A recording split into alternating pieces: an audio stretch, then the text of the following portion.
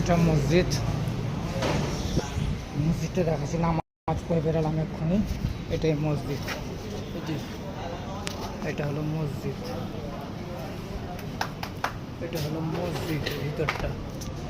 এক্ষুনি নামাজ পড়লাম, রোজা করে নামাজ পড়ে বেরোলাম। আজ কলকাতায় ছিলাম। এটা জুতো রাখার জায়গা, কত সুন্দর ব্যবস্থা করেছে, খুব সুন্দর এক সাইডে।